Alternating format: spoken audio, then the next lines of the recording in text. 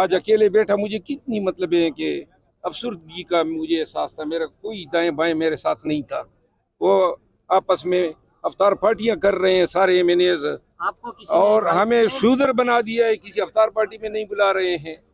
لہٰذا یہ رویوں کا حقدار تو نہیں تھا.